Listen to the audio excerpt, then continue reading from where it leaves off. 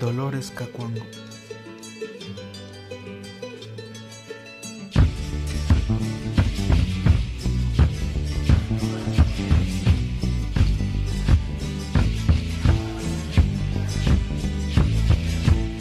La tierra ofrecía el vínculo de pertenencia a un lugar o alguien determinado. Sin tierra se era nadie. La tierra era de todos y a la vez era más que todo. Por lo tanto, sobre ella no podía existir dominio ni propiedad, tan solo posesión y disposición temporales. La tierra era como el cielo, el agua y el aire, elementos de la naturaleza. En ese tiempo, ¿quién podía atribuirse a ser dueño del aire, del cielo o del agua? La hacienda de Pesillo, a donde pertenecía Dolores, tenía acceso a muchos bosques de eucalipto. Poseía grandes pastizales dedicados a la cría de ganado, de labor agropecuaria que derivaba la producción de harinas, de lana, de carne, de queso. Esa intensa actividad a su vez requería la construcción y el mantenimiento de grandes molinos. La producción de la hacienda satisfacía la demanda interna y generaba suficientes excedentes comerciales. La abolición del concertaje no ocasionó mayor transformación en la hacienda serrana. En ningún lado asomó la idea de entregar la tierra a los antiguos posesionantes. Esta será una propuesta que aparecerá más tarde con la promoción socialista.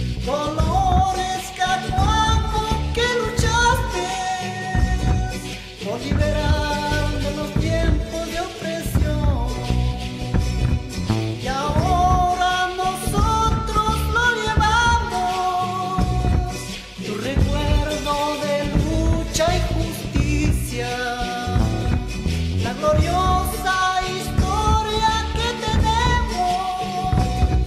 que por ti hoy escribo mi nombre, y ahora estás vigilando un proyecto de niños escribiendo. Padre de Dolores, Juan Cacuango, y la madre Andrea Aquilo eran gañanes, peones guasipungueros de la hacienda de Pesillo. Vivían en una humilde choza en San Pablo Ur cuando nació Dolores el 26 de octubre de 1881, tiempo en que los mercenarios regentaban el juego de la hacienda de Pesillo. Dolores Cacuango se escapó de la hacienda para irse a trabajar a Quito, donde se sintió discriminada y tuvo que regresar a la hacienda de Pesillo. La experiencia en la ciudad supo aprovecharla bastante bien, aprendió a hablar bastante fluidamente el castellano, a movilizarse en sus calles y barrios, pero sobre todo tuvo oportunidad de valorar y extrañar su mundo, objeto de muchas injusticias pero repleto de calor humano. Volvió a Cayambe y decidió que nunca más se alejaría de los suyos. Es más, llegó con más fuerzas para oponerse a la dominación. Hoy podemos cantar Pachamama, con las tierras ahora liberadas, las semillas en el campo florecen, nuestros hijos ya siembran el mañana, por venerar la sabiduría del pasado.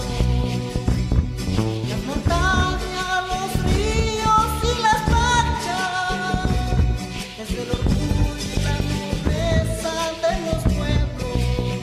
En las haciendas de Cayambe, administradas por arrendatarios, el maltrato campeaba. Los indígenas estaban decididos a no aguantar más. La necesidad de apoyo a sus problemas les obligó a buscar apoyo. Por este camino se vincularon con los socialistas. Los sindicatos agrícolas, desde su primera fundación en 1919, el Partido Socialista había dirigido la atención de los indígenas. El alzamiento de Changalá, en el que participaron tangencialmente, puso en evidencia la capacidad de resistencia de los y las cabecillas indígenas y de las bases. Atraerlos significaba concentrar una fuerza numérica considerable. Con esto se estableció un núcleo socialista en Cayambe y una célula en Changalá. En 1926, Gualavicí, el líder de la sublevación de Changalá, intervino representando a los campesinos indígenas. Dolores, una india bien parada. Desde su juventud, mi mamita había dedicado su tiempo a organizar a los indígenas, a las familias, para que luchen unidos y consigan mejoras en el salario y en el trato. Se paraba duro contra cualquier empleado, con el palo le hacía correr. Por eso desde joven fue fichada por los patrones, y en ese tiempo eran arrendatarios de la asistencia pública que ordenaban a los demás indígenas: a esa india pícara no le dejen hablar con ninguno, esa india bandida. Luis Catucuamba,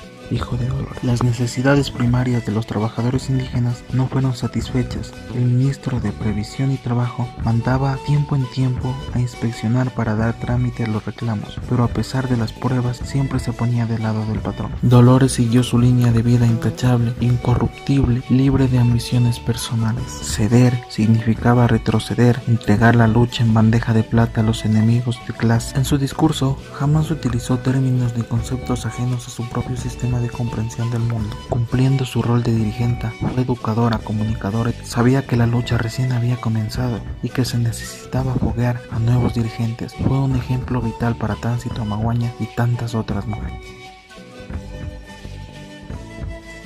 Entre 1930 y 1945 se registraron levantamientos indígenas en varias partes del país. En la zona de Cayambe, la sindicalización de los trabajadores de campo se extendió a varias haciendas: Cancagua, Pisabambillo, Cariacú, Paquistancia, Santo Domingo y otras. El proceso avanzó a otras regiones y provincias de la Sierra Norte y de la costa. A raíz de la promulgación de la Constitución de 1945, quedó libre el camino a la Organización Nacional de los Estudiantes, de los Trabajadores y de los Indígenas. En este contexto, los sindicatos indígenas de la Sierra Norte del Ecuador dieron forma a la primera organización política que lo representaba, la Federación Ecuatoriana de Indios. Eligieron a Jesús Gualavicí como su primer secretario general.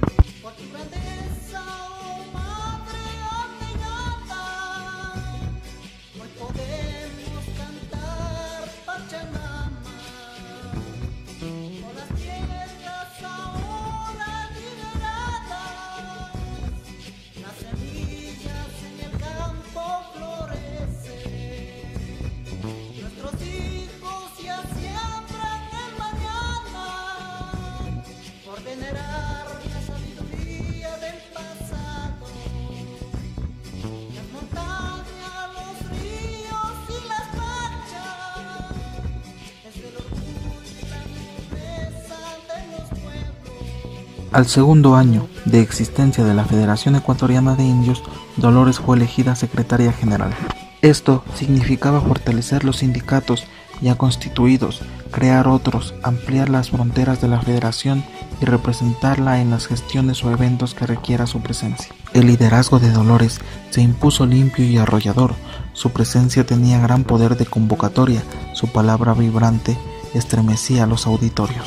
Así fue la lucha incansable de Dolores, junto a los demás compañeros indígenas y con el apoyo de los camaradas comunistas. Continuó sus reclamos al frente de la FEI. Ya no se podía dar oídos sordos a la petición de los indígenas. En 1944 se creó el Departamento de Asuntos Indígenas para canalizar sus reclamos. Si los indios eran considerados casi bestias de carga, las mujeres eran consideradas menos que eso, porque según ellos carecían de fuerza para desempeñar trabajos pesados y estaban continuamente embarazadas, lo que les hacía más inservibles. Dolores había dado muestras continuas de su preocupación por la carencia de educación de los indígenas. Para ella, conocer el alfabeto era poseer una llave de acceso al mundo de los blancos. La presión de los movimientos campesinos aceleró la implantación de nuevas políticas agrarias previas a la reforma agraria. A partir de 1959 se produjo un proceso de liquidación voluntaria de las relaciones de Huasiponguería. Esa joven campesina, dotada de un juicio y una lucidez moral extraordinarios, se afirman en el camino de su existencia de tal forma que su espíritu, por ser